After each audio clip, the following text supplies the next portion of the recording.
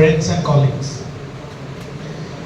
अभी पहले जब हम बंगाल से उड़ीसा आते थे तो लगता था कि किसी दूसरे स्टेट में आ गए।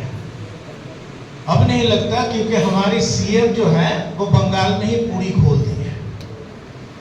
हाल स्टेट का ये है कि पिछले एक दशक में वहां पे लगभग 10,000 के करीब सरकारी स्कूलें बंद हो चुकी हैं और प्राइवेटाइजेशन को स्कूल से लेके यूनिवर्सिटी तक जो बढ़ावा दिया जा रहा है, तो बंगाल में हाल ये हो रहा है कि स्कूल्स और यूनिवर्सिटीज प्राइवेटाइज हो रहे हैं और मंदिर मस्जिद सरकारी हो रही है। यही हाल पूरे देश में भी। अगर देश की तरफ देखिए तो जब कोरोना काल में पूरे देश के लोग, खास करके जो श्रमजीवी लोग हैं, वो जब रास्ते पे आ चुके थे तो हमारे प्राइम मिनिस्टर जो है पूरे देश को रास्ते पे लाकर वो अयोध्या पे राम मंदिर के उद्घाटन कर रहे थे, पूरे सरकार को लेकर।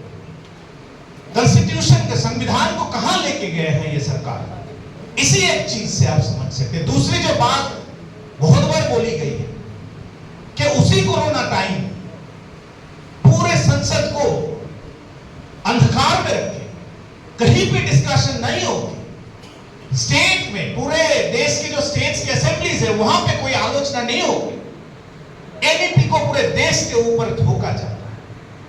तो देश को ऐसे आप इस जगह पे लेके जा रहे हो जहां पे आप रोटी मांगते हो तो राम मिल जाता है, जहां पे आप पढ़ाई मांगते हो तो कहीं कोई सरकार पूरी दे देती है, कोई सरकार पहलगांव दे देती है, और अगर जरा जोर से मांगोगे तो पाकिस्तान भी देने के लिए तैयार है, पर पढ़ाई नहीं देती। ये सब कुछ देने के लिए तैयार है, पर मुफ्त की शिक्षा नहीं देती। एजुकेशन पॉलिसी ऐसे बनाया जा रहा है कास्ट के बेस पे, क्षेत्रवाद के बेस पे, रिलीजन के बेस पे, कि पूरे यूथ जो है, हमारे देश की जो एसेट है, वेल्थ है, पूरे यूथ को रेडिकलाइज किया जा रहा है। कभी वो एजुकेशन पॉलिसी के नाम पे कम्युनल पॉलिटिक्स, कम्युनल पॉलिसीज थोप कर किया जाता है, तो कभी पूरे सेनाओं वहां पे क्रांतिवीर लगा के देश के सेना के साथ खिलवाड़ किया जाता है। तो हर जगह पे वो रेडिकलाइजेशन की पॉलिटिक्स यहां पे हो रही है।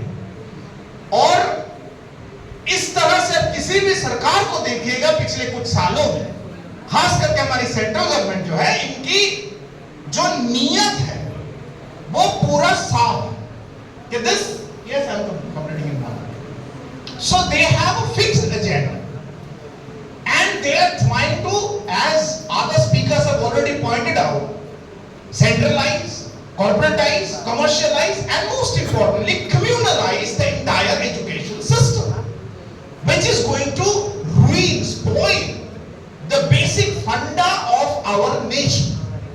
And AI Gupta leadership has been alert enough from day one to speak against it. Government को लगता था कि, मतलब लगा कि देखो ये टीचर्स जो है ये संख्या में बहुत कम है, they are very few in number, so this struggle will not sustain for long. But teachers पहले दिन से हमारे वेस्ट बंगाल से और सारे देश के टीचर्स ने एआई गुप्ता के लीडरशिप में ये ऐलान कर दिया सरकार के साथ। अभी 2 लाइन के साथ खत्म करूंगा मैं। अभी गनीमत है सब्र मेरी, अभी गनीमत है सब्र मेरी, अभी लबालब भरा नहीं हूं। अभी गनीमत है सब्र मेरी, अभी लबालब भरा नहीं हूं। वो मुझको मुर्दा समझता है, उसे कहो मैं मरा नहीं।